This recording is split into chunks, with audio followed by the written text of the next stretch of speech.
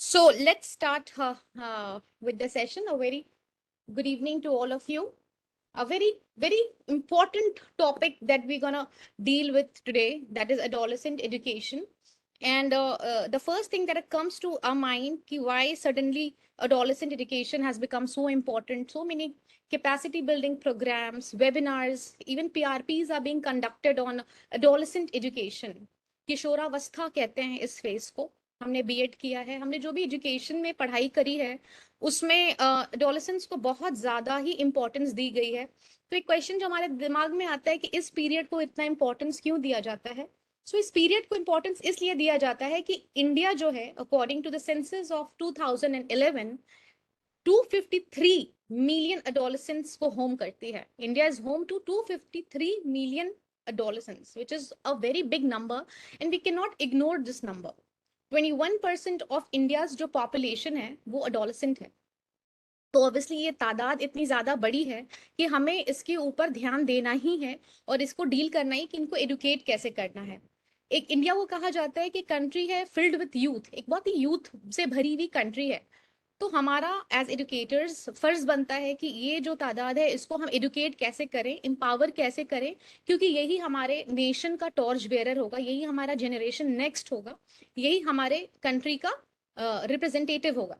तो इसकी इसकी एजुकेशन हमारे लिए बहुत ज्यादा इंपॉर्टेंट है, सीबीएसई के लिए बहुत इंपॉर्टेंट है, नेशनल एजुकेशन पॉलिसी में इसमें बहुत ज्यादा एम्फेसिस किया गया है इसी के लिए कि ये इस फेज ऑफ लाइफ को कैसे एडुकेट किया जाए ताकि वो आगे के लिए रेडी हो. उसके ऊपर हमारा फोकस है आज के सेशन में. तो एक बिल्कुल सिंपल सी बात से शुरू करते हैं कि एक जनरल पैटर्न पेरेंट्स में, टीचर्स में देखा गया है. हम अगर एज टीचर्स ना देखें, एज पेरेंट्स भी हम अगर देखें, तो जब भी बच्चे में क्वेश्चन करने की क्षमता बढ़ती है या रीजन करने की, या वो आपसे सवाल करने की क्षमता रखता है या रीजन करने की क्षमता उसमें उत्पन्न होती है, तो हमारा टॉलरेंस लेवल नीचे जाता है. हमें लगता है कि क्यों इतनी बहस कर रहे हो, क्यों इतने सवाल पूछ रहे हो, हमने कह दिया तो कह दिया, मतलब being an adult I know better than you. Adolescent जो होता है वो इस चीज को एक्सेप्ट नहीं कर पाता है. उसको अपनी फ्रीडम, अपना स्पेस, अपने वैल्यू, उस अपनी वैल्यू कराना, ये सब उसको पसंद आता है इस फेज में. इसीलिए हमें, हमारे लिए एक एडिशनल रिस्पॉन्सिबिलिटी हो जाती है एडोलेसेंट को डील करने की. 0 से लेके 10 साल के बच्चे के साथ जो डीलिंग मैकेनिज्म हम यूज करते हैं, जो बच्चा 6 साल का है, 7 साल का है, उनके साथ जो डीलिंग मैकेनिज्म हमारी, यहाँ तक कि 9-10 साल के बच्चे को भी हम एक तरीके से डील कर सकते हैं. But the time a child goes into his teenage, हमारी रिस्पॉन्सिबिलिटी दूसरी तरीके की हो जाती है. हमारा एंड्योरेंस लेवल बढ़ाना होगा, पेशेंस लेवल बढ़ाना होगा, क्योंकि जो हमारा तरीका था 0 to 10 ईयर्स के बच्चों के साथ डील करने का, वो यहाँ पे काम करने वाला है नहीं. तो जैसे जैसे वो सवाल पूछते हैं कि ऐसा क्यों, अगर आप मेरे को रीजन नहीं बताएंगे तो हम नहीं कर पाएंगे, तो हमें लगता है बच्चा जो है वो बदतमीजी कर रहा है या फिर अपने आप को बहुत स्मार्ट समझ रहा है, और हम उसको अपना सारा पावर और सुपीरियरिटी उसको क्रश करने में लगाते हैं. और यहीं पे हम एडोलेसेंट एजुकेशन की जो पढ़ाई है उसको एक डाउन साइड दिखाते हैं, because this is not the way to deal with adolescents. So हम कैसे एडोलेसेंट्स के साथ बिहेव करेंगे और क्या तरीका है कि उनके लिए भी ये जर्नी आसान हो, हमारे लिए भी जर्नी आसान हो, ये आज के हम सेशन में समझेंगे. जैसे ही बच्चा एडोलेसेंस के एज में घुसता है, वो एज बार जो है वो भी आपको बताया जाएगा, वो ये सोचता है कि उसको आउटर जो वर्ल्ड है ना, जो उसके बाहर की जो दुनिया, उसको एडल्ट की तरह पहचाने है, क्योंकि वो एक ऐसे स्टेज में है जहाँ के ना कि वो उसको बच्चा समझा जा रहा है ना तो एडल्ट समझा जा रहा है. तो उसको ऐसा लगता है कि अब जो दुनिया है, वो एक टीनेजर ये सोचता है अब मेरे को एक एडल्ट की पहचान दे. उसको ये बोल के कि अरे तुम तो बच्चे हो, या तुम जाके अपनी मम्मी से पूछो, इस तरीके की बात उसके लिए हर्टफुल हो चुकी है. तो वो इस कैटेगरी में आ चुका है जहां पे वो अपने आप को बिल्कुल एक पूरा एडल्ट समझ रहा है, बट हम उसको ट्रीट कर रहे हैं चाइल्ड की तरह. इसीलिए इस तरीके की जो युद्ध है उसकी वजह से सारे प्रॉब्लम्स होते हैं.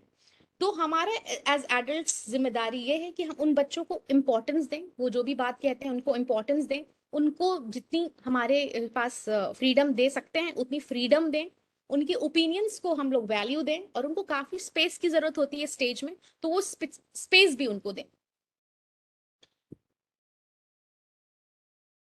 जब हमारे साथ एक टेंडेंसी होती है टीचर्स की, पेरेंट्स की, कि जब हमारे बच्चे टीनेज में जाते हैं या प्राइमरी से सेकेंडरी में जाते हैं, 6th स्टैंडर्ड में चले जाते हैं, तो हमारे जो एक्स्ट्रा एंटीनाज भी बहुत एक्टिवेट हो जाते हैं। वो बच्चे नॉर्मल एक्टिविटी भी करेगा तो हम उसको एक ना शक की निगाह से देखते हैं कि अच्छा अभी ये 6 में चला गया, अब ये टीनेजर हो गया है या अब अडोलेसेंस वाले स्टेज में आ गया है, तो ये इसलिए कर रहा है। अब जैसे 0 to 10 ईयर्स के जो बच्चे होते हैं वो ज्यादातर घर पे ही रहते हैं, लेकिन जब टीनेज में आप आ गए या आप 12वीं 12 साल के 13 साल के हो गए, अब क्या है, अब आपकी जो दुनिया है वो थोड़ी सी बदलेगी। बच्चों को कोचिंग जाना है, साइंस की ट्यूशन करनी है, मैथ्स की कोचिंग करनी है, आपके फ्रेंड की पार्टी है, बहुत लेट नाइट तक रुकेंगे सारे फ्रेंड्स, आपको भी रुकना है। तो इस तरीके की न्यू न्यू चीज, ये न्यू न्यू डिमांड आपके बच्चे की जिंदगी में पैदा हो रही होती है, तो आप खुद भी बहुत विचलित हो जाते हैं कि अभी तक तो वो घर में ही खुश था टीवी देख करके, घर में ही खुश था कैरम खेल कर, ये सब एडिशनल डिमांड्स कहाँ से आ गई जहाँ पे अब उसको घर के बाहर स्टेप आउट करना है। तो ये हमारे लिए भी, एडल्ट्स के लिए भी एक टर्मोइल वाला फेज होता है when we deal with teenage children as teachers and as parents. तो हमारे जो एंटेनाज होते हैं बहुत एक्टिवेट हो जाते हैं, अगर वो सीधी चीज भी कर रहे हैं तो हम उसको टेढ़ी नजर से देखने लगते हैं। तो यहाँ पे हमारे लिए भी है कि हमें पर्टर्ब नहीं होना है और बिल्कुल माइंडफुली, कॉन्शियसली अडोलेसेंट स्टेज को हम लोगों को इनके लिए इजी बनाना है, क्योंकि दिस इज वन फेज जहाँ पे ज्यादातर लाइफ के बड़े बड़े फैसले बच्चे लेते हैं। So let's begin with the first slide.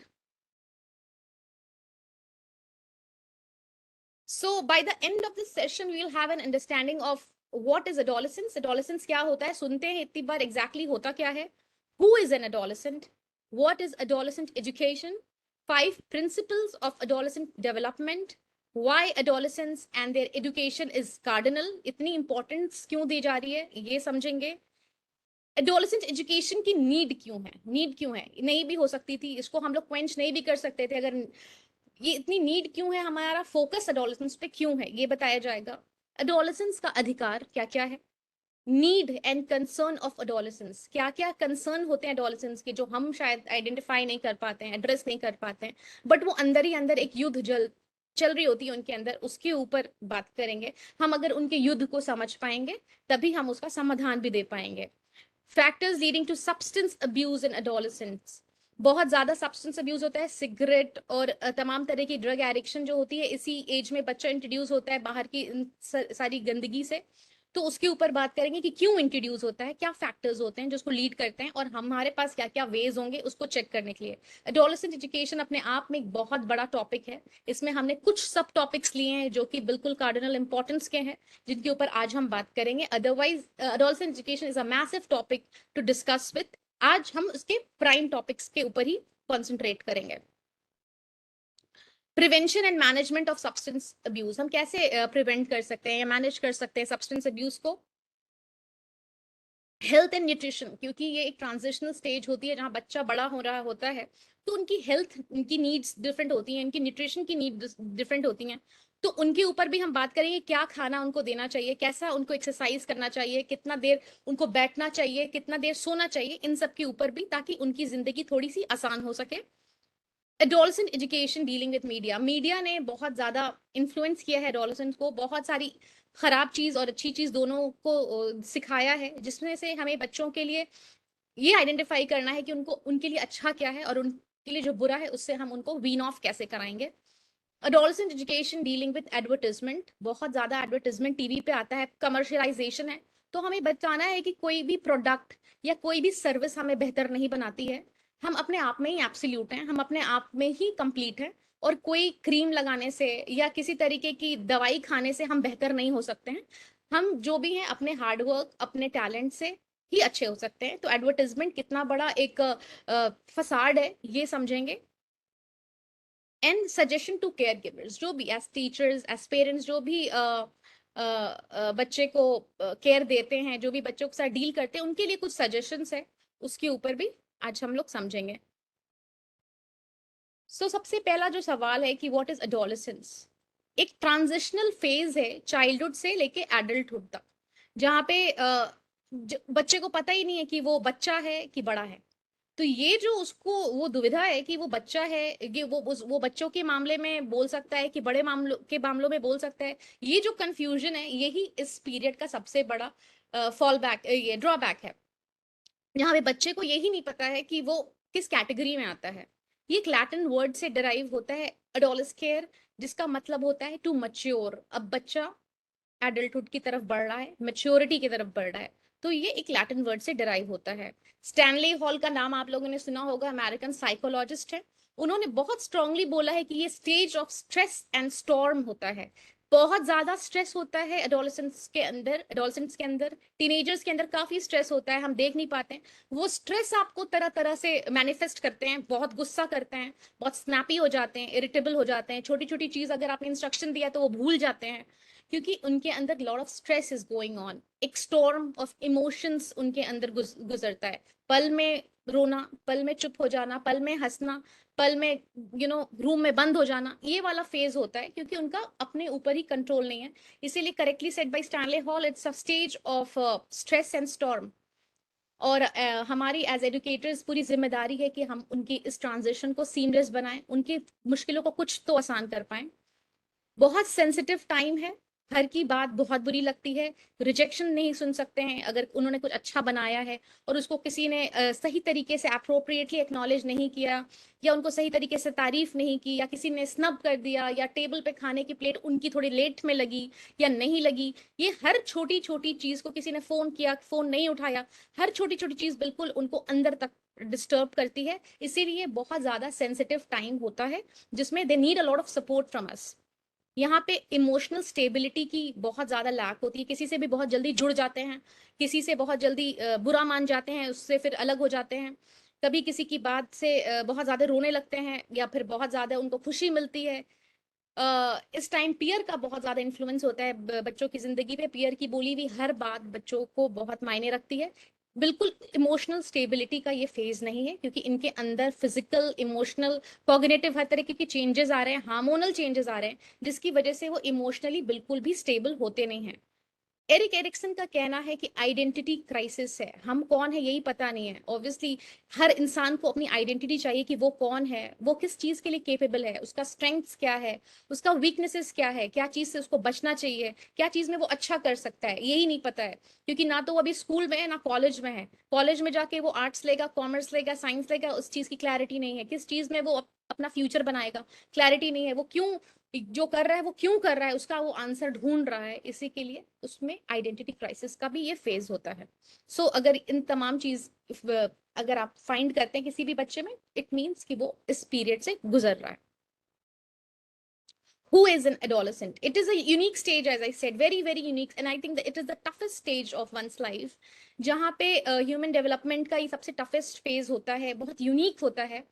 और सारे जो फाउंडेशंस होते हैं इसी टाइम पे ले होते हैं। अगर हम अपने उस स्टेज में जाएं तो आप सोचिए कि कितनी ज्यादा एम्बिग्विटी थी, अनक्लियर थॉट्स थे, ब्लर थी लाइफ, कुछ पता नहीं था। बहुत कम ही लोग होते हैं जो उस टाइम में इनकी क्लैरिटी होती है, क्योंकि biologically you not prepared. So good health का फाउंडेशन इसी टाइम होता है, टाइम पे सोना, बैलेंस डाइट लेना, क्योंकि बॉडी आपकी बन रही होती है, आपको उस टाइम प्रोटीन इनटेक बहुत ज्यादा लेना चाहिए, क्योंकि बॉडी बिल्डिंग फूड आपको लेना चाहिए, एनर्जी की जरूरत होती है, तो carbohydrates, lot of water, good sleep, all these kinds of things. आप किसी भी चीज पे आप अगर आप लैक करते हैं तो वो तुरंत आपके हेल्थ पे उसका असर दिखता है। इस स्टेज में किसी भी चीज की कमी नहीं होनी चाहिए nutrition wise. This stage affects how they feel, think, make decision and interact with the world around them. Obviously जो भी आप फील करते हैं, क्योंकि इस स्टेज में आप फील कुछ ज्यादा ही करते हैं, तो अगर आप अच्छा फील नहीं करते हैं तो ऑब्वियसली आप अच्छे डिसीजंस भी नहीं ले पाएंगे, आपका वर्ल्ड के साथ इंटरेक्शन भी ठीक नहीं होगा। और क्योंकि आप मेजर लाइफ डिसीजंस की, आपको आर्ट्स लेना है, कॉमर्स लेना है, किस स्ट्रीम में जाना है, क्या आपका एप्टीट्यूड है, क्या आप फ्यूचर में करना चाहते हैं, सब कुछ अभी डिसाइड होता है। इसी के लिए आपका हर चीज, आपका फील करना अच्छा होता है। ऑब्वियसली बायोलॉजिकल रीजंस की वजह से, हार्मोनल चेंजेस की वजह से हर टाइम इस टाइम आप अच्छा नहीं सोच पाते हैं, अपने इमोशंस पे काबू नहीं कर पाते हैं। बट हमारा एज केयर गिवर्स, एजुकेटर्स, काम है कि एडोलेसेंट पीरियड में हम इनको काफी ज्यादा सपोर्ट दें, ताकि ये major life decisions, nutrition, substance abuse से बचे, और अच्छा लाइफ में अपना एक अपना एक स्पेस कार्व आउट कर सकें। ऐसे कि हमने पहले भी कहा, मेजर लाइफ डिसीजंस जो होते हैं वो इसी टाइम पे लिए जाते हैं, कि आपको लाइफ में आगे करना क्या है। इसीलिए आपका माइंड का स्टेबल होना, माइंड का सेन होना, और इम्पल्स में आके या इमोशन में आके कोई डिसीजन ना लेना, बिल्कुल स्टेबल होकर डिसीजन लेना आपका बहुत जरूरी है। इसमें आहार का बहुत ज्यादा बड़ा योगदान है। अगर आपके बॉडी की जो नीड है, जो फ्यूल आपको चाहिए, वो फ्यूल आप ले ही नहीं रहे हैं, क्योंकि आपकी बॉडी ग्रो कर रही है, हर तरीके से आपको एनर्जी चाहिए, कैल्शियम चाहिए, कार्बोहाइड्रेट्स चाहिए, पानी चाहिए, और अगर आप उसको नहीं देंगे तो ऑब्वियसली आपका कॉग्निशन भी सही तरीके से काम नहीं करेगा। जब आपका कॉग्निशन ही ठीक तरीके से काम नहीं करेगा तो प्रॉब्लम सॉल्व कैसे करेंगे, क्योंकि इस स्टेज में प्रॉब्लम्स बहुत सारी आने वाली हैं, डिसीजंस बहुत सारे लेने हैं, इम्पल्स को आपको अपने कंट्रोल में रखना है, पेरेंट्स के साथ अच्छा बिहेव करना है, अच्छे मार्क्स लाने हैं। तो इन सब चीजों के लिए nutrition again is very very important.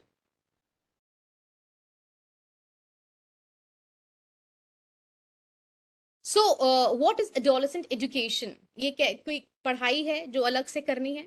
तो हमारा सारा का सारा जो करिकुलम है उसको थोड़ा सा सेंसिटिव टू एडोलेसेंस बनाना चाहिए। ऐसा कुछ भी नहीं हो कि इससे कोई भी हर्ट हो, कोई ऐसी चीज ना हो जिससे कोई भी हर्ट हो। तो कोई भी आइसोलेशन में आप एडोलेसेंट एजुकेशन नहीं कर सकते हैं। हर चीज में जेंडर सेंसिटिविटी जरूर बताएं, छोटी छोटी सेक्सुअल हेल्थ के बारे में जरूर बताएं, हेल्थ एंड हाइजीन के बारे में जरूर बताएं, ताकि बच्चे छोटी उम्र से जाने कि उनका बेस जो है वो स्ट्रांग रहे। उनके लिए अचानक से कोई चीज ना हो कि अच्छा now I am a teenager, I need to be educated in this field. This should be a normal इसकी बिगनिंग बहुत शुरुआत से हो जानी चाहिए, ताकि बच्चे के लिए कोई भी सरप्राइज पैकेज ना हो और उसको एक्सेप्ट करने में प्रॉब्लम ना हो।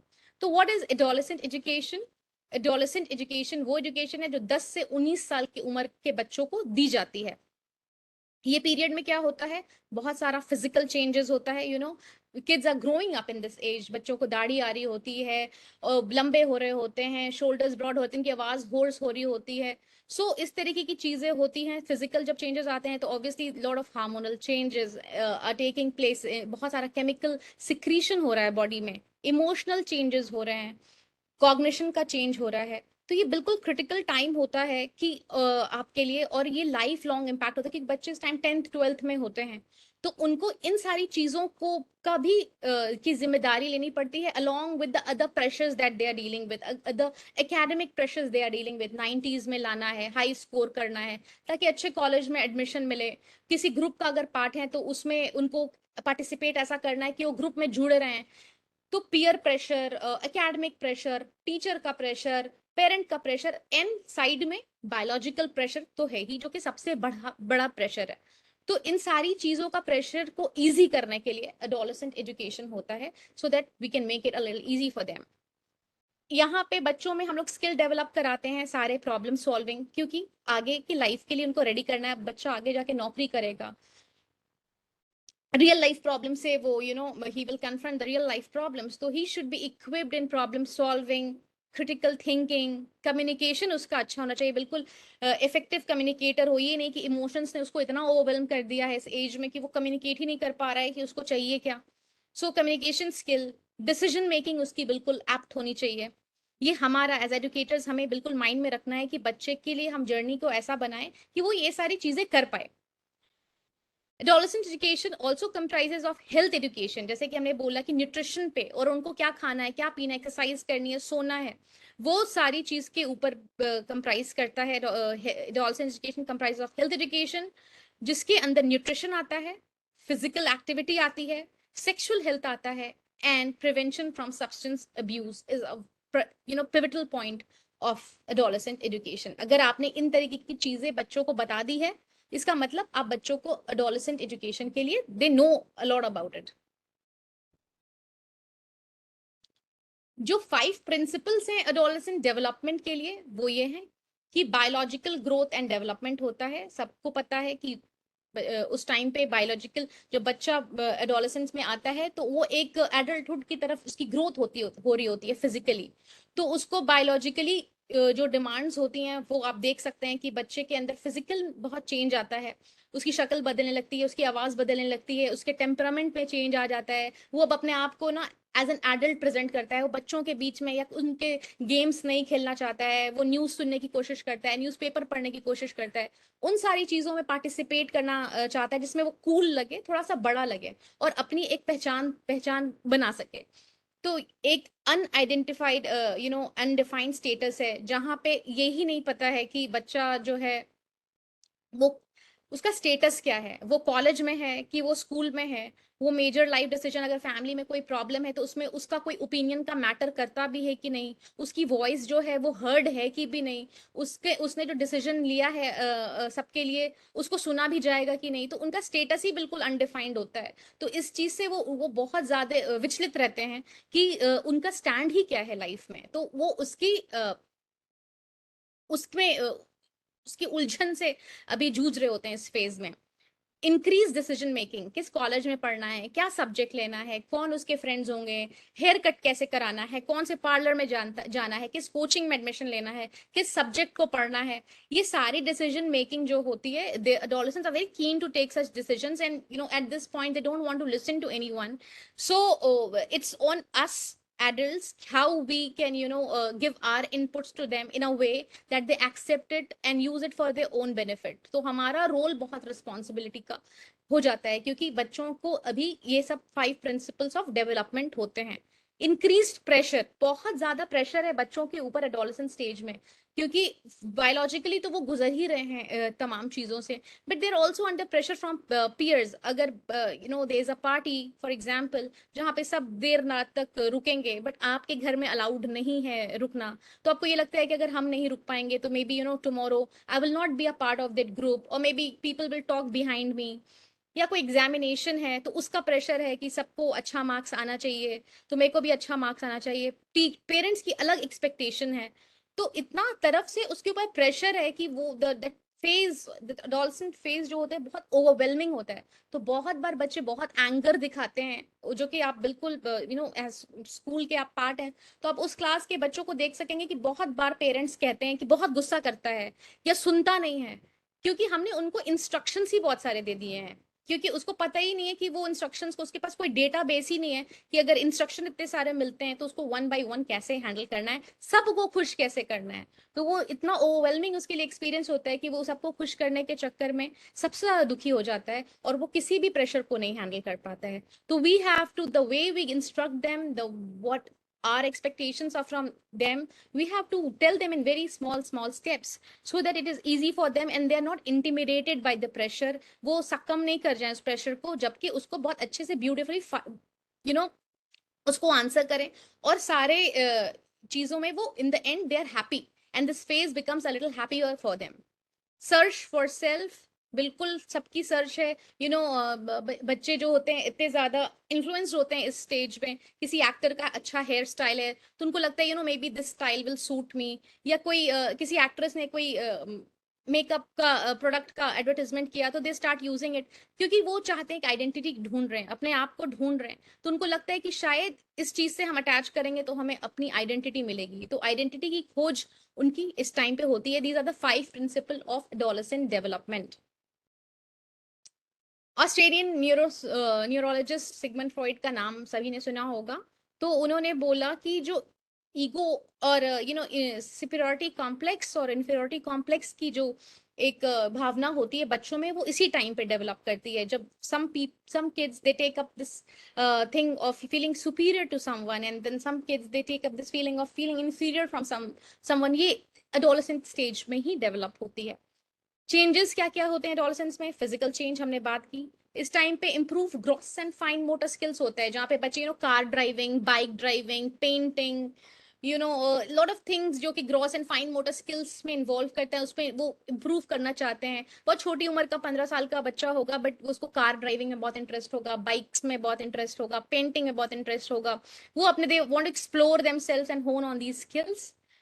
एक्सपेरिमेंट करना चाहते हैं, न्यू चीजों को लर्न करना चाहते हैं, कोई कोचिंग सेंटर खुला है जहाँ पे सारे बच्चे जा रहे हैं, भले उसको जरूरत ना हो, बट उसको लगेगा कि I should also go there, I should also experiment. कोई कोई कैफे खुला है तो उसको वहां जाना है। अपने लुक्स को लेकर के बहुत करेंगे अगर एक्सपेरिमेंट, क्योंकि ये पूरी पूरी जो फेज है यहाँ पे सर्च है अपने आप की, तो उनको लगता है कि शायद this will fit me, so they do a lot of experiments during this period.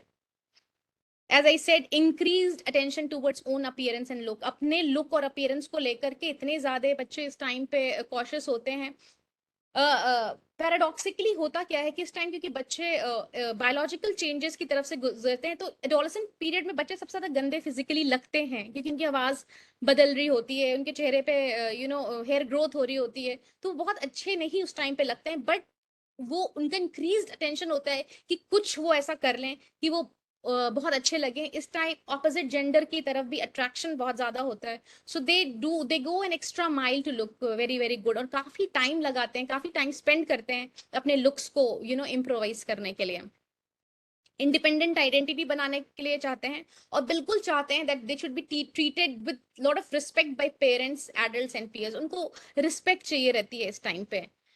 उनको न्यू फ्रेंड्स बनाने में बहुत इंटरेस्ट होता है, सोशलाइज करने का होता है, कोचिंग सेंटर बहुत रैम्पेंट होता है इस टाइम पे। तो अगर बच्चा मेरे क्लास का नहीं भी है, मेरे स्कूल का नहीं भी है, तो भी फ्रेंडशिप जरूर करते हैं, सोशलाइज करते हैं, ग्रुप बना के खड़े होकर के गप करना, हंसना, अभी उनकी लाइफ इसी के अराउंड सेंटर होती है। पियर्स का बहुत ज्यादा इस टाइम पे इन्फ्लुएंस होता है। पियर्स कैन रूइन समवन अगर एडोलेसेंट स्टेज में, क्योंकि पियर अगर ने टैटू कराया है, या पियर किसी महंगी जगह पर जाने वाला है, या उसने कोई ऐसी चीज खरीद ली है जो दूसरा बच्चा अफोर्ड नहीं कर सकता है, तो बच्चा सारा रैशनल छोड़ करके उस चीज की जिद करता है because of the peer influence that they have on at this time. Energetic and enthusiastic बहुत होते हैं, बहुत एडवेंचर करना, फन करने का भी बहुत मन होता है। किसी क्लिफ पे चढ़ने की बात हो जाएगी, पहाड़ पे चढ़ने की बात हो जाएगी, या कहीं से कूदने की बात हो जाएगी, तो दे विल नॉट थिंक कि इसके रिपरकशंस क्या होंगे। इसी टाइम पे स्पीड ड्राइविंग और बाइक को बहुत तेज से चलाना, या गाड़ी के साथ कुछ थ्रिल करना, या थ्रिलर मूवीज देखना, या कुछ ऐसा करना जिससे वो उनके अंदर वो ना उनको एक डोपामीन रश मिले, उनके अंदर एक केमिकल सिक्रीशन हो कि that they are capable of doing something very very adventurous and thrilling. तो ये वाला स्पर्ट भी उनके टाइम पे होता है। Mood swings and emotional stability, बिल्कुल पल में कुछ हो जाता है। अभी एंगर है, अभी आप बिल्कुल सेंसिटिव हो गए, अभी खराब से बोला, अभी सॉरी आके बोल दिया, इम्पल्सिव, कुछ महंगी चीज अच्छी लगी तो पीछे लग गए कि ये खरीदना ही है। इस तरीके के बिहेवियर को हम लोग विटनेस करते हैं एडोलेसेंट में। Development of aspiration for future, इस टाइम पे बच्चे स्कूल से कॉलेज में जाते हैं, तो many of them they want to become part of trade union या लीडरशिप, या छोटी स्मॉल जो पार्टीज होती है पॉलिटिकल, उसमें कुछ लीडर बन जाएंगे। तो लीडरशिप स्किल्स भी इस टाइम जाते हैं, यूपीएससी के लिए तैयारी करनी है, कुछ बहुत बड़ा करना है लाइफ में, उनके एस्पिरेशंस इसी टाइम बिल्ड होते हैं। और कुछ जो बच्चे उस एस्पिरेशन के रास्ते में अपना हार्डवर्क और एक्सेलेंस लगाते हैं, they achieve it also. So we need to channelize those kind of energy for a better future. यहाँ पे डिसीजन मेकिंग की बात करी, उनको डिसीजन लेना पसंद है, वो क्या करना चाहते हैं अपने लाइफ में, वो कोई दूसरा उनको नहीं बताएगा, ये खुद डिसीजंस लेना चाहते हैं। और उनको lot of appreciation and recognition. Sadly teenage एक या एडोलेसेंस एक ऐसा एज है जहाँ पे लीस्ट अप्रिसिएशन और रिकॉग्निशन हम देते हैं बच्चों को, but they want a lot of appreciation and recognition. So we need to make sure कि जहाँ पे भी स्कोप हो अप्रिसिएशन एंड रिकॉग्निशन का, उनको हम दें, because this is what they need, this is what the need is, and there's always scope for appreciation and recognition. The why behind adolescent education, okay, so हम adolescent education क्यों देते हैं? सबसे पहला है कि हमको बच्चों को empower करना है। adolescent education से क्या होगा? बच्चे हम क्लूलेस नहीं रख सकते अपने बच्चों को कि बच्चों की इतनी सारी नीड है, इतना सारा प्रेशर है, इतनी सारी डिमांड्स हैं, और हम उनको एडोलेसेंट एजुकेशन नहीं देंगे और उनको empower नहीं करेंगे। This would be very very unfortunate. So we will be empowering our kids through adolescent education. So one of the major role of adolescent education is to empower the adolescents. उनको हर वो knowledge और skill हम देंगे जो उनको जिंदगी के challenge को नेविगेट करने के लिए चाहिए, और इंडिपेंडेंट एडल्ट बनने के लिए चाहिए। हर वो नॉलेज स्किल आप उनको देंगे, क्योंकि अब इस फेज के बाद दे विल बी एडल्ट्स, और एडल्ट्स की क्या क्या जिम्मेदारियां होती हैं लाइफ में, we know that.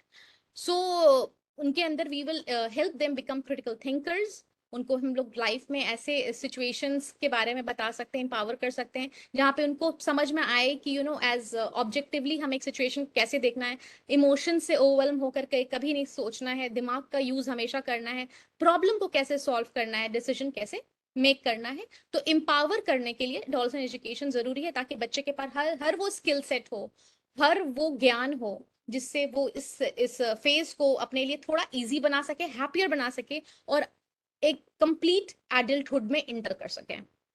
Health and wellbeing. अगर हम एडोलसेंट एजुकेशन ही नहीं देंगे तो बच्चों को कैसे समझ में आएगा कि हेल्थ एंड वेलबींग कितनी इंपॉर्टेंट है इस फेज में, क्योंकि इस टाइम पे इंक्रीज डिमांड होती है बच्चों की बॉडी की। तो उसको हम सेक्सुअल हेल्थ के बारे में डिटेल में बताएंगे। It's a very progressive kind of education. So हम बिल्कुल भी टैबूड करके या किसी चीज को छुपा के नहीं कर सकते हैं। We need to be very very clear specific about कि अगर वो गलत डिसीजन लेंगे because they are so vulnerable that they need to know the correct things. तो सेक्सुअल हेल्थ के बारे में उनको बिल्कुल पता होना चाहिए। Many are times we feel कि ऑकवर्ड हमको लगता है कुछ बात करने में बच्चे में, पर अगर हम उनको सही चीज नहीं बताएंगे, हम उनको नहीं बताएंगे कि जो खाना तुम खाने वाले हो उसमें जहर है, तो वो जहर ही खा लेंगे। तो we need to stop them and give them the correct information and we cannot leave them misguided. Substance abuse के बारे में उनको जरूर बताएंगे। मेंटल हेल्थ इस टाइम पे बहुत इंपॉर्टेंट होता है, तो मेंटल हेल्थ से रिलेटेड जो भी इंफॉर्मेशन है वो बच्चों को जरूर देनी है ताकि वो हेल्दी चॉइसेस ले सकें। अगर वो उनको लगता है कि mentally they are not feeling well, there something more to it, they are not able to eat food, or they're not able to get sleep, or they're not able to feel normal like other friends of theirs. Mental health is one issue which should not be tabooed and it should be addressed, and therapy and psychologists should be. That's why CBSE has mandated for a counselor to be in school, so that कोई भी बच्चा किसी mental health की वजह से victim ना बने। तो जब तक हम हेल्थ एंड वेलबींग के ऊपर टॉपिक नहीं उठाएंगे एडोलसेंट एजुकेशन में, बहुत सारी चीज ऐसी होगी कि हम अंधकार में रहेंगे और हमारे बच्चे उसकी वजह से सफर करेंगे।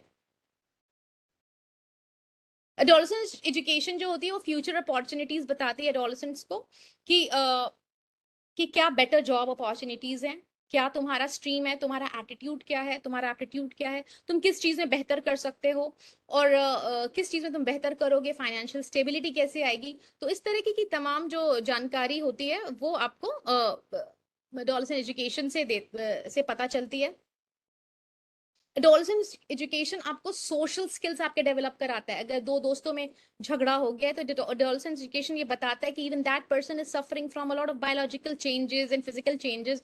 सो we need to be empathetic towards one another, and empathy communication. कोई चीज किसी के साथ खराब हो गई है तो you need to be effective communicator and sort it out. Empathy कीजिए, टीम वर्क में काम कीजिए और हेल्दी रिलेशनशिप्स पे काम कीजिए, क्योंकि इस टाइम इतने मूड स्विंग्स और इतना ज्यादा इमोशनल स्टेबिलिटी है कि पेरेंट्स के साथ खराब हो जाते हैं रिश्ते।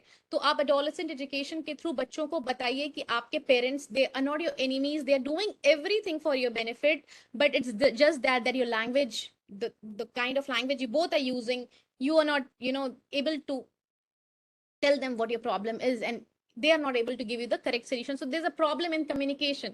So आप सारे स्टेक होल्डर साथ में बैठ के एडोलसेंट एजुकेशन के ऊपर आप बच्चों को बता सकते हैं कि कैसे आप कम्युनिकेट जब तक नहीं करेंगे और जो रिसीवर है आपके इन्फॉर्मेशन का वो नहीं समझेगा, हेल्दी रिलेशनशिप नहीं बन पाएगी।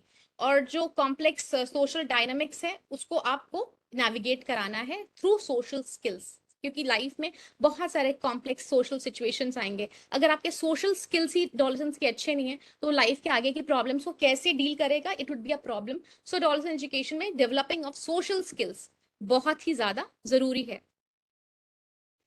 एडोलसेंस एजुकेशन आपको ये भी बताता है कि सिविक रिस्पॉन्सिबिलिटी आपकी क्या है, आपको नेशनलिज्म की भावना क्या है, अगर आपके फंडामेंटल राइट्स एंड ड्यूटीज क्या हैं, और बिल्कुल पूरे दायित्व के साथ आपको उसको निभाना है। ये नहीं कि I am a teenager so I am not responsible, you are completely responsible for your country. So आपको उसके अंदर सिविक रिस्पॉन्सिबिलिटी भी बतानी है, because these kids will become the generation next of a country, so they should know how to go about it. In short, adolescent education is crucial for setting young people on a path to success and well-being. Obviously, सारी चीजों से अगर हम बच्चों को अवगत करा देते हैं तो there is no looking back. Success मिलेगा ही, health and well-being मिलेगा ही. So that's why AEP is so important. Now, why adolescence and their education is cardinal? As I told you, 253 million home करते हैं हम एडोलसेंट्स को। 21% of India population is adolescent, जिसमें 12% के जो population है India का वो 10 से 14 साल की उम्र में आता है, और 10% जो है वो 15 से 19 साल की उम्र में आता है। तो काफी बड़ा पॉपुलेशन जो है इस कैटेगरी में आता है। So we can not take them for granted, this is a huge number and their education is very very important. अब एडल्टहुड में जब बच्चे जाते हैं तो रियल लाइफ प्रॉब्लम से वो जूझते हैं, जिसमें they get job, they get married, parenthood भी होता है, पार्टिसिपेशन इन लाइफ होता है, कम्युनिटी के साथ उनका उठना बैठना हो जाता है। तो जब तक वो इक्विप्ड नहीं होंगे सारे स्किल्स और नॉलेज के साथ, ये सारी रिस्पॉन्सिबिलिटीज वो नहीं ले पाएंगे। उनको रिस्पॉन्सिबल बिहेवियर उत्पन्न करना, टीनेजर्स का बहुत बार जो बिहेवियर होता है बहुत ही इरिस्पॉन्सिबल होता है। कभी भी गुस्सा हो जाते हैं, रूम में चले जाते हैं, बंद हो जाते हैं, किसी के सामने कुछ भी बोल सकते हैं।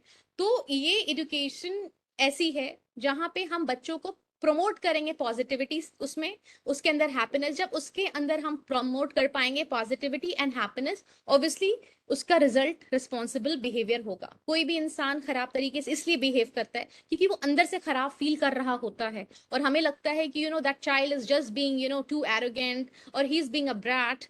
ये नहीं है आंसर। एडोलेसेंस के साथ उस पूरे फेज के बच्चे इस तरह से क्यों बिहेव कर रहे हैं? Because they are not feeling happy from inside. तो एडोलेसेंट एजुकेशन का मतलब ही है कि आप बच्चे के अंदर lot of positivity we need to inject, we need to promote happiness in order to get responsible behaviour from them. Adolescent education normalise करता है, अभी आगे हम लोग केस स्टडी देखेंगे कि physical, emotional and social change जो है वो पार्ट है ग्रोइंग अप का। अगर तुम में फिजिकल चेंज आ रहा है या तुमको इमोशनली ऐसे लग रहा है तो इट्स अ नॉर्मल बिहेवियर, जो कि सबको इससे जूझ रहा है। ऐसा नहीं कि यू आर यूनिक। बहुत बार हम कहते हैं कि तुम्हारे साथ ही ऐसा प्रॉब्लम क्यों, हम जब ऐसे थे तो हमारे साथ ये प्रॉब्लम नहीं था। तो इस तरीके का मिस इन्फॉर्मेशन नहीं दें, बिकॉज जब हम टीनेजर थे तो everybody was suffering with the same problem. It's just that कि we are too aware and sensitive to this problem now. तो नॉर्मलाइज कर देना है कि it's okay, everybody who is your age is going through these problems. बच्चों को adolescent education सिखाता है कि इफेक्टिवली कम्युनिकेट कैसे करना है ताकि उनकी हेल्प हो सके, वो वाइज डिसीजंस ले सकें related to family life, personal and अपने फ्यूचर को लेकर के भी वो करेक्ट डिसीजंस ले। Now this is a very important point. Adolescent जो होते हैं वो दे नीड एक्सेप्टेंस। अगर सारे प्रॉब्लम की आप जड़ देखें तो क्या होता है कि एडोलेसेंट्स को एक्सेप्टेंस चाहिए। अब क्या होता है जब छोटे बच्चे घर आते हैं, when kids are very young, they are 6-7 years old, तो हम उनकी बात को बहुत अच्छे से सुनते हैं, हंसते हैं, अच्छा ऐसा हुआ, उसने तुम्हारा लंच खा लिया, फिर क्या हुआ, ऐसा हम लोग करते हैं। लेकिन जब बच्चा टीनेजर हो जाता है और अगर उसने उसी उसी अपने उसी पैटर्न को फॉलो करके उसने बोला, अगर वो 8 स्टैंडर्ड 9 स्टैंडर्ड की, पता है आज क्या हुआ, आज हम लोग स्कूल के बस के बाहर खड़े थे और वहां पे पता है मेरे 2 फ्रेंड्स मम्मी सिगरेट पी रहे थे और हमने भी ना एक सिगरेट की कश ले ली।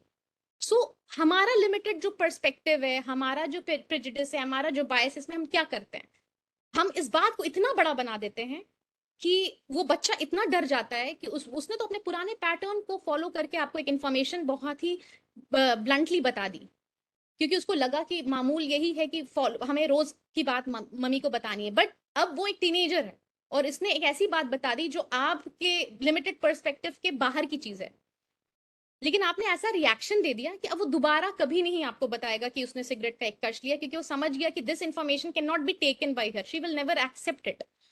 तो इसका क्या मतलब है? कि उसने सिगरेट दोबारा नहीं टेस्ट करी या उसने उन लोगों के साथ उठना बैठना बंद कर दिया? नहीं, ऐसा कुछ नहीं हुआ, उसने आपको बताना बंद कर दिया।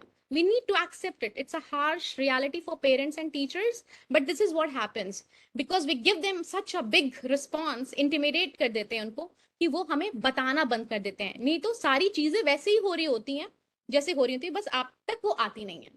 तो adolescent stage में the only thing is we need to accept them. Obviously smoking cigarette is bad, it's not acceptable, but your reaction was equally unacceptable. आप उसकी काउंसलिंग करें, आप उसको प्राइवेट में बताएं, आप उसको कॉन्फिडेंस मिलें, आप उसको स्मोकिंग के हजार्ड्स बताएं।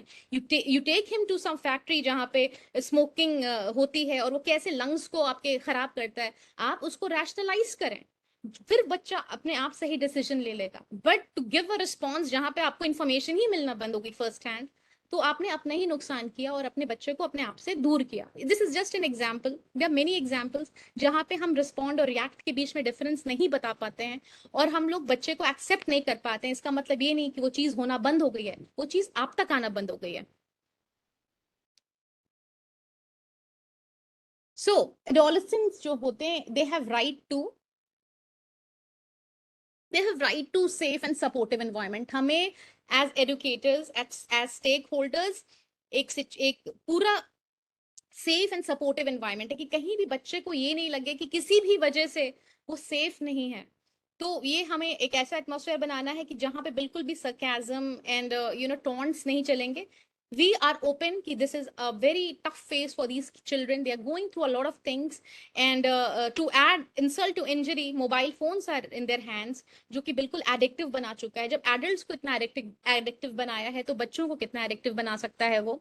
तो हमें उनको कैसे इस इन्वायरमेंट में सपोर्ट करना है, ताकि हम उनको उनके लिए बेस्ट रिजल्ट्स ला सकें। उनको एज एप्रोप्रिएट इंफॉर्मेशन जरूर दें, उनको कभी भी मिसगाइड ना करें कि अच्छा just because you think you are unable to tackle with that topic, don't misguide them, give them accurate and age appropriate information, or give them reference, or you can ask them to go to someone who can give them the correct information if you are not able to do it. उनको positive role models बताएं कि this can be your role model because your interest are similar, और this person is doing so good in life, so he can और she can be your role model. और उनको friendly health services and counselling, क्योंकि depression, suicidal tendencies are so normal in adolescence, कि आप बिल्कुल उनको friendly health service जहां पे उनको जज नहीं किया जाएगा, no question asked, and they are given appropriate counselling, because we are dealing with generation next of India.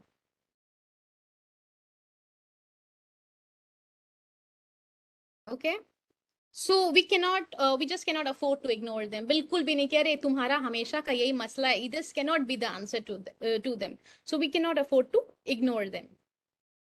Now there are certain case studies that I would like to share with you all, जिससे और भी clarity आएगी कि आपके class में रोज रोज के जो मसले होते हैं उसके ऊपर थोड़ा सा हम लोग बात करते हैं। यहाँ पे बहुत सिंपल सी दो बच्चियों की कहानी, तीन बच्चियों की कहानी है, शालिनी, अनीता एंड फरहा। तो बिल्कुल शॉर्ट में आप लोगों को बताते हैं, ये बिल्कुल हमारे स्कूल्स में होता है। यहाँ पे 8th स्टैंडर्ड के बच्चों की बात है। तो ये शालिनी, फरहा और अनीता एक एनुअल फंक्शन में पार्टिसिपेट कर रहे हैं, और फरहा और अनीता जो है वो प्ले में काम कर रहे हैं, प्ले में पार्टिसिपेट कर रहे हैं, और शालिनी जो है वो क्लासिकल डांस में कर रही है। तो इसमें अनीता ने मॉकिंगली, मतलब हंसी उड़ाते हुए, शालिनी से कहा कि हमें तो स्टेज पे जब तुम क्लासिकल डांस करोगी ना, तो एक्स्ट्रा लाइट लगानी पड़ेगी because you are so dark. तो शालिनी ने इस पे कोई रिप्लाई नहीं किया। इस पे फरहा ने बोला, अभी तीसरी लड़की कह रही है, तीसरी लड़की ये कह रही है कि Shalini, you dance so well, why don't you use a fairness cream to get a fair complexion. पहली वाली जो बच्ची थी, जो अनीता थी, उसने बड़ा ब्लंटली बोला कि हमें लाइट लगानी पड़ेगी ताकि तुम सुंदर लगो, गोरी लगो। लेकिन फरहा ने एक एम्पैथेटिक अप्रोच के साथ बोला कि तुम क्यों नहीं फेयरनेस क्रीम लगाती हो, तुम इतनी अच्छी डांसर हो, तुम अगर फेयर भी हो जाओगी और डांस भी करोगी, you will look very nice. Shalini smiled and said, "Thank you, Farah. I appreciate your concern, but I'm happy with my complexion as it is.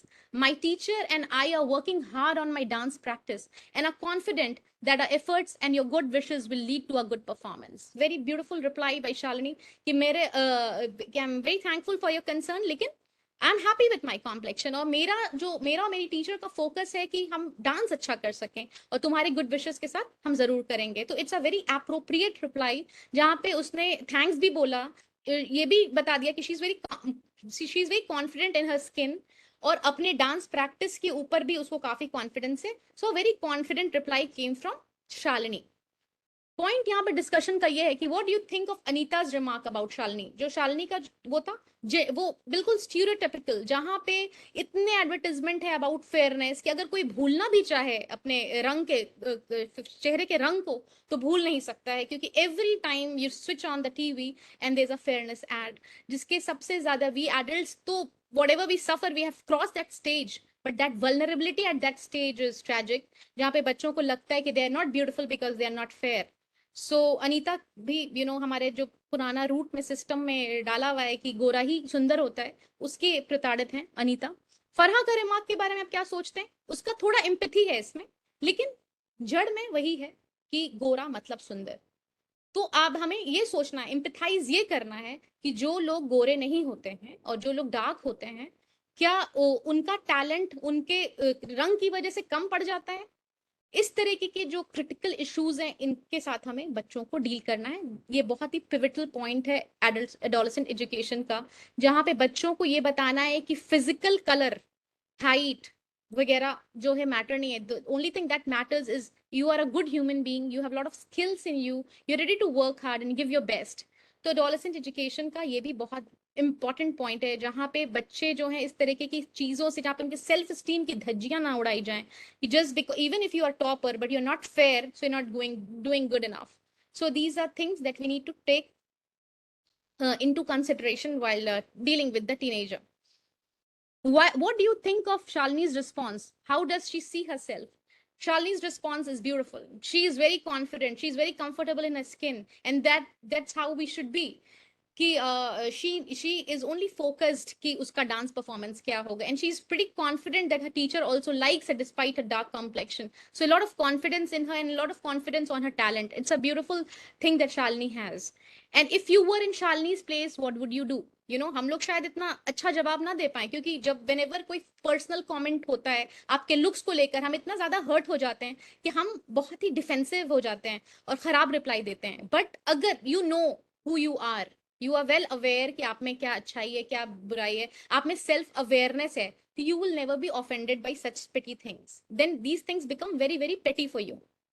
So this is an important part of adolescent education. Another case study, very important. Krishnan is in class 7th. अब 7th standard का बच्चा बहुत छोटा होता है.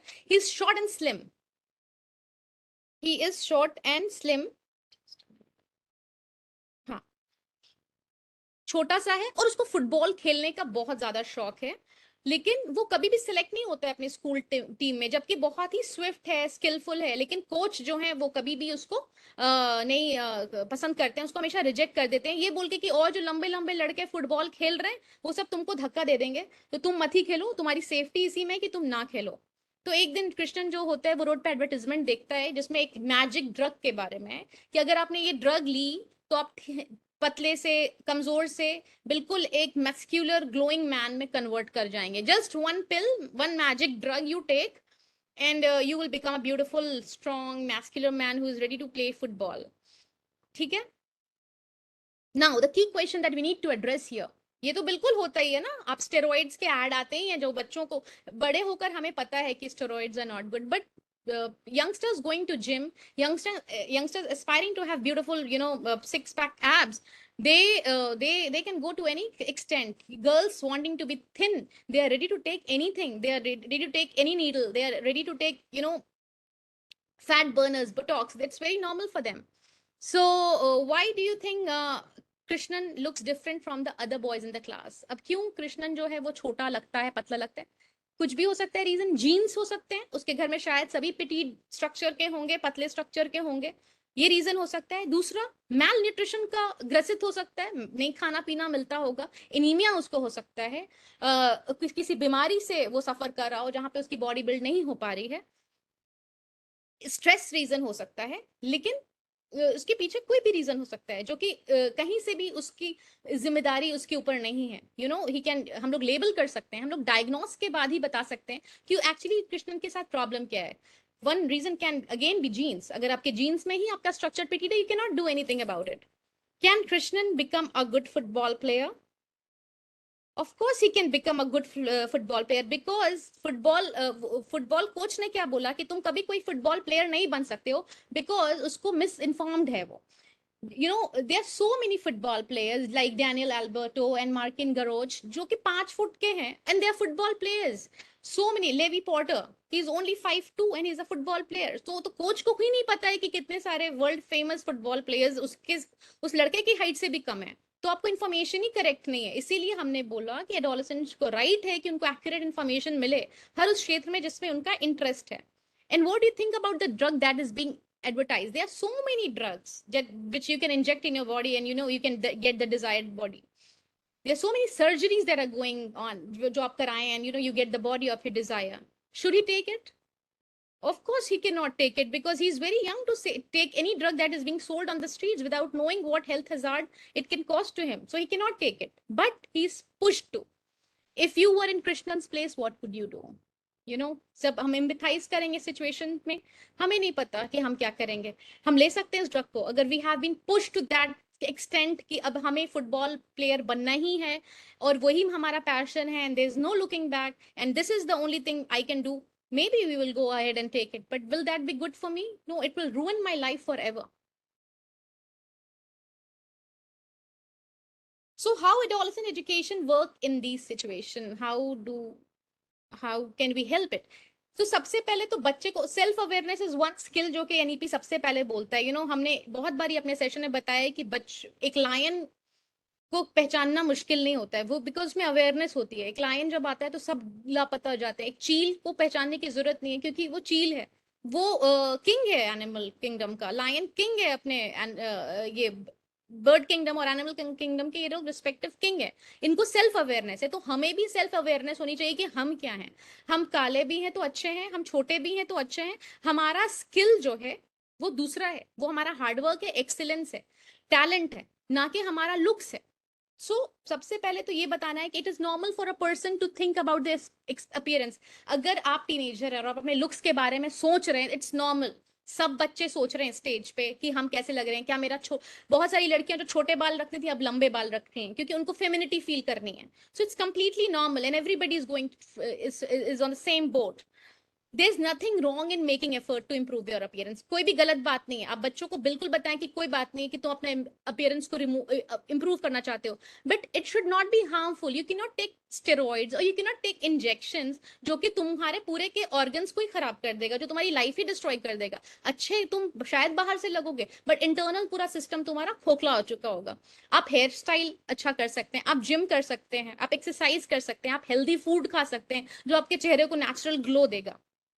इस तरह की चीज के लिए बिल्कुल भी मना ही नहीं है, but to go to that extent जहां पे आप ड्रग्स लेने लगते हैं, इंजेक्शन लेने लगते हैं just to look good, just to look tall, is a strict no no and adolescent education is very very particular about it.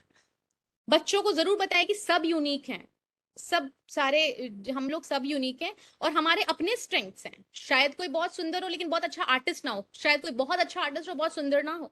हर इंसान का अपना स्ट्रेंथ है और हमें अपने गॉड गिफ्टेड स्ट्रेंथ को स्ट्रेंथन करना है, ना कि जो जो चीज हमारे पास है उसको भी रुइन कर देनी है।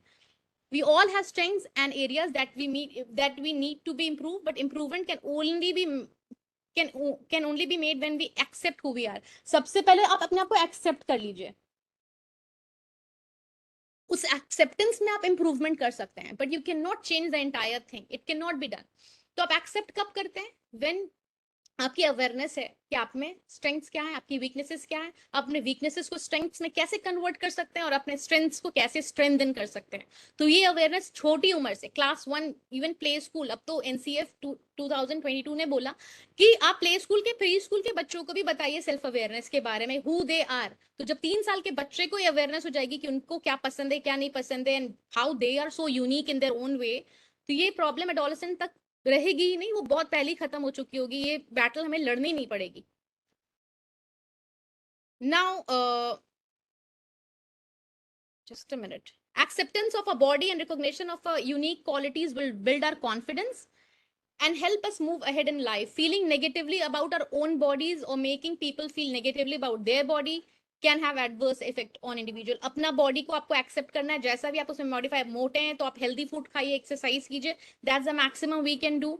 ना तो हमें दूसरों को बॉडी शेम करना है और ना तो हमें अपनी बॉडी को लेकर के अशेम्ड होना है, जो और अपने स्ट्रेंथ्स पे काम करना है और अपनी वीकनेसेस को स्ट्रेंथन करना है। एक बॉडी इमेज एक ऐसी पर्सनल चीज है कि अगर आपने उसके बारे में नेगेटिवली किसी को ज्यादा बोल दिया तो that person can go to any extent to improve it. जैसे कि कृष्णन के केस में एडल्ट्स जब इतने ज्यादा इन्फ्लुएंस और इंस्पायर हो जाते हैं किसी के कमेंट से, आपने कुछ पहना है और किसी ने बोल दिया कि नॉट लुकिंग गुड, तो इतना ज्यादा हम लोग पर्सनली ले लेते हैं कि या we are not looking good और हम अपना पूरा मूड रूइन कर लेते हैं। तो टीनेजर्स तो बहुत ही ज्यादा वल्नरेबल हैं, तो we need to be very very supportive to them and हम उनका बेस ही अगर स्ट्रांग रखेंगे तो कभी भी इन सारी चीजों से वो इफेक्ट नहीं होंगे। तो एक एक्टिविटी है बहुत छोटी सी जहां पे हर बच्चे को हम लिखेंगे अपने नोट पैड पे लिखने के लिए, आई एम ब्यूटिफुल बिकॉज। तो I am beautiful because I write very well, I can structure ideas and articulate it very very well, I am a good singer. हर इंसान में कोई ना कोई स्ट्रेंथ है, ऐसा हो ही नहीं सकता है कि किसी इंसान में स्ट्रेंथ नहीं है।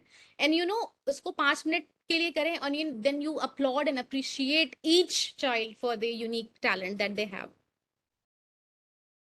Need and concerns of adolescence,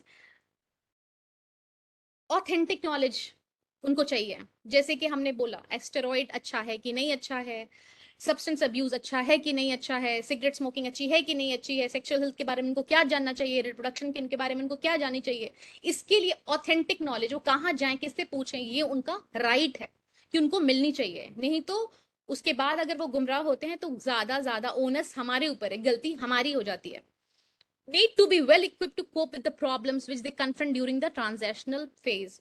जाहिर सी बात है, they will many a times they will have withdrawal symptoms। जब उनको पार्टी में अगर कोई फैमिली फंक्शन उनको जाने का मन नहीं होगा, we need to understand that they are going through a phase where they need a lot of sensitivity from us। तो हमें हमें बहुत सेंसिटिवली, बिल्कुल बिना स्नैप किए, बिल्कुल अपने सारे पेशेंट्स के साथ इस फेज से उनको हम लोगों को सीमलेसली निकालना है, ताकि दे बिकम responsible adults। ये अगर we want them to be thriving adults, we need to be very cautious with this phase of theirs। Need guidance and independence simultaneously. उनको गाइडेंस भी चाहिए, बट गाइडेंस भी उनको इंडिपेंडेंटली चाहिए। आप उनको, we can not force adolescent to do something. उनको बहुत प्यार से गाइडेंस देना है इन अ वेरी ब्यूटीफुल वे, ताकि उनको लगे कि उनकी खुद की भी ऑटोनॉमी थी और वो उनको एक्सप्लोर करने के लिए लाइफ दें। और हमेशा दे need a lot of guidance, but adolescent को गाइड करने का भी जो तरीका होगा वो बहुत बहुत रिस्पॉन्सिबल होगा। पॉजिटिव थॉट्स से जरूर बच्चों को बताएं, बच्चों को जरूर बताएं कि you have this in you and you can do very good in this. उनको they need a lot of positive thoughts, they need a lot of appreciation and recognition. So उनका सेल्फ कॉन्फिडेंस को इस time किसी भी तरह से crush नहीं कीजिए। Don't use taunts, don't use sarcasm. Obviously it's very tough for us adults also to to be patient all the time, but adolescent education इतना प्राइम इंपॉर्टेंस सीबीएसई ने, एनईपी ने इसीलिए दिया है क्योंकि these people they need extra support from us.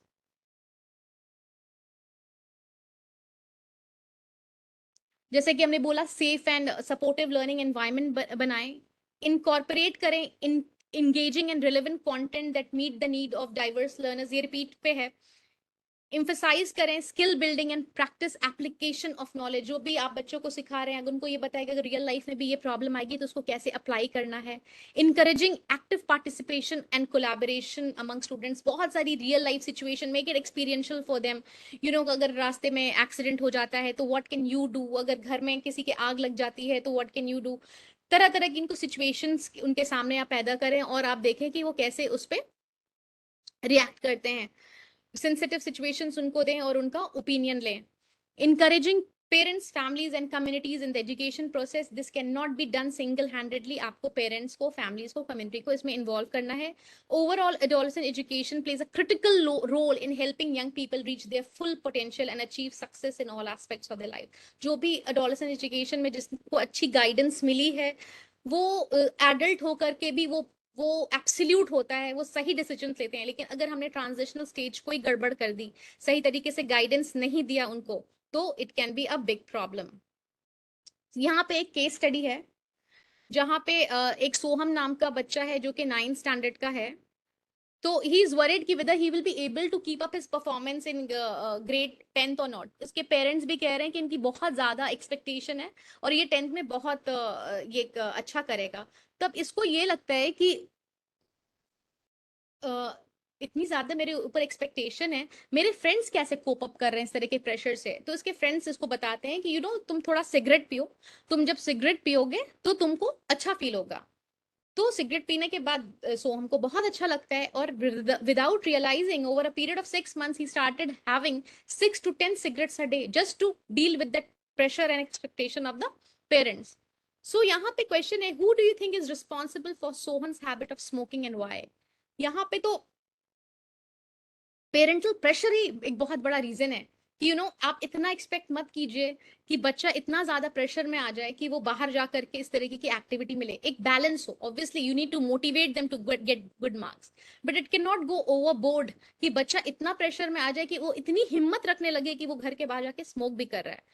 Do you think smoking helped reduce Sohan's stress? Why? Obviously, smoking stress release करता है। It releases serotonin in your brain। और जब सेरोटोनिन रिलीज होता है तो बहुत सारे न्यूरोट्रांसमीटर्स आपके जो ब्लॉक हो जाते हैं, obviously unable to think beyond a point। तो it gives you relaxation in the short term। What else could Sohan have done to reduce his stress effectively? Sohan could have spoken to his parents. This is how he's feeling. He's overwhelmed. They need to accept him even if he is not able to score that much as he did in class 9। तो इस तरह के effective communication ही नहीं है, क्योंकि communication कि वहां पे स्पेस ही नहीं है. What role could Soham parents have played to prevent him from smoking? बहुत सारे स्टेप्स पेरेंट्स उसके ले सकते हैं, जहां पे उनको बताया जा सकता है कि कि इतनी एक्सपेक्टेशन ही नहीं रखनी है कि बच्चा स्मोकिंग जैसी हजार्डस एक्टिविटी में कर सके. अब क्योंकि बच्चे ने स्मोकिंग की आदत लगा ली है, तो they need to take help from they need to take clinical help, जहाँ पे 6 to 10 सिगरेट्स की आदत छुड़ाना अब उनके लिए मुश्किल होगी. फैक्टर्स क्या हैं जो लीड करते हैं सब्सटेंस अब्यूज को? Peer pressure, poor self esteem, हमें लगा हम गुड इनफ नहीं है तो हम सब्सटेंस अब्यूज किए, क्योंकि हम उसके नशे में कुछ देर के लिए भूल जाएंगे रियलिटी को, because reality is not good. Low experience of taking substance, family history, अगर फैमिली में कोई लेता है तो भी आप ले सकते हैं, देखा देख के कि हाँ they are taking it and they are doing it normally. So early exposure to drug. Pressure from friends सबसे इंपॉर्टेंट है. बेसिक नॉलेज, जब यही नहीं पता है कि सब्सटेंस अब्यूज से हमको फ्यूचर में कोई बीमारी हो सकती है, हमारे लंग्स खराब हो सकते हैं, हमें कैंसर हो सकता है, इसीलिए हम इस तरीके की चीज ले सकते हैं कि हमें नॉलेज ही नहीं है कि this can be very very harmful. Media image क्योंकि ग्लैमराइज करती है, जहाँ पे lot of things are shown in the media which is very cool, they use by actors and models, तो ऑब्वियसली बच्चे तुरंत उसको पिक कर लेते हैं. बच्चे को सोशली प्रोडक्टिव एक्टिविटी में आप जरूर लगाएं, जहाँ पे हम लगाते हैं कोचिंग सेंटर्स वगैरह से बच्चे बहुत जल्दी पिक करते हैं ये सब चीज को. Substance misuse leads to physical and psychological dependence. अब क्या होता है इनसे, ये physically and psychological dependency create करते हैं. Some substance produce only physical dependence, बहुत सिर्फ फिजिकली आप लेते हैं, लेकिन बहुत सारा क्या होता है आप साइकोलॉजिकली डिपेंडेंट होते हैं. ये एडिक्शन तो मोबाइल का भी है. अगर आप मोबाइल आजकल के बच्चों से बहुत देर तक अलग कर लें तो they start to behave in a very aggressive way because they want that thing back. So mobile addiction भी सब्सटेंस अब्यूज की जैसा ही आजकल होता चला जा रहा है. हम चेक कैसे करते हैं सब्सटेंस अब्यूज को? पहले तो आप घर का क्या रूल्स है, सोशल नॉर्म्स है, सोसाइटी में क्या एक्सेप्टेबल है, कस्टम्स क्या है, प्रैक्टिसेस क्या है, कि बच्चों को अपने रूट्स पहले बता दें, जहां पे सब्सटेंस अब्यूज की कोई जगह नहीं है. बच्चों अगर रूटेड होंगे तो उनको सब्सटेंस अब्यूज के चक्कर में नहीं फंसेंगे, क्योंकि उनको अपने ही रूट्स के बारे में पता नहीं है, जहां पे इस तरीके की चीज की कोई जगह नहीं है. We need to assess false notion shown in the media and pressure from peer to decide. Peer pressure में कितना नुकसान हो सकता है ये बारे में जरूर बताएं. और कमर्शलाइजेशन क्या होता है इसके बारे में बताएं. Commercialisation is one such thing which can go to any extent to do anything, so ये जरूर बताएं. असर्टिवली नो बोलने की ताकत बताएं. बहुत सारे बच्चे जो होते हैं वो असर्टिवली, वो चाहते नहीं है स्मोक करना या चाहते नहीं है ड्रिंक करना, बट उनको नो बोलना नहीं आता है, तो वो हाँ बोलने के चक्कर में वो काम कर लेते हैं. तो असर्टिवली नो बोलने की ताकत उनके अंदर पैदा करें. और अगर बच्चा बस अनफॉर्चुनेटली पड़ गया है इस चक्कर में, तो उसको हेल्प लेना है एंड सपोर्ट लेना है ट्रस्टेड एडल्ट से. अगर बच्चा आपके पास पहुंचता है इस तरीके की चीज को लेकर के, तो आप जरूर उसको हेल्प करें. I think we have come to the end of the session. तो लाइफस्टाइल जो होता है वो बहुत इंपॉर्टेंट होता है यहाँ पे एडल्ट्स के लिए. जहाँ पे लाइफस्टाइल क्या होता है, हर वो एक्टिविटी जो हम करते हैं, हर वो बिहेवियर जो हम एग्जिबिट करते हैं, वो हमारा लाइफस्टाइल है. तो इस टाइम पे एडोलेसेंस के खाने पे बहुत ज्यादा आपको ध्यान देना होगा. Very you need to very very particular कि अगर आपके घर में बच्चे हैं या आपके स्कूल में you dealing with that adolescent, make sure that they eat a lot of healthy food. वो अपने लेजर टाइम में क्या कर रहे हैं, जरूर आपकी आंख उनके ऊपर होनी चाहिए. आप स्टेक होल्डर से जरूर बात करें कि वो लेजर टाइम में क्या करता है.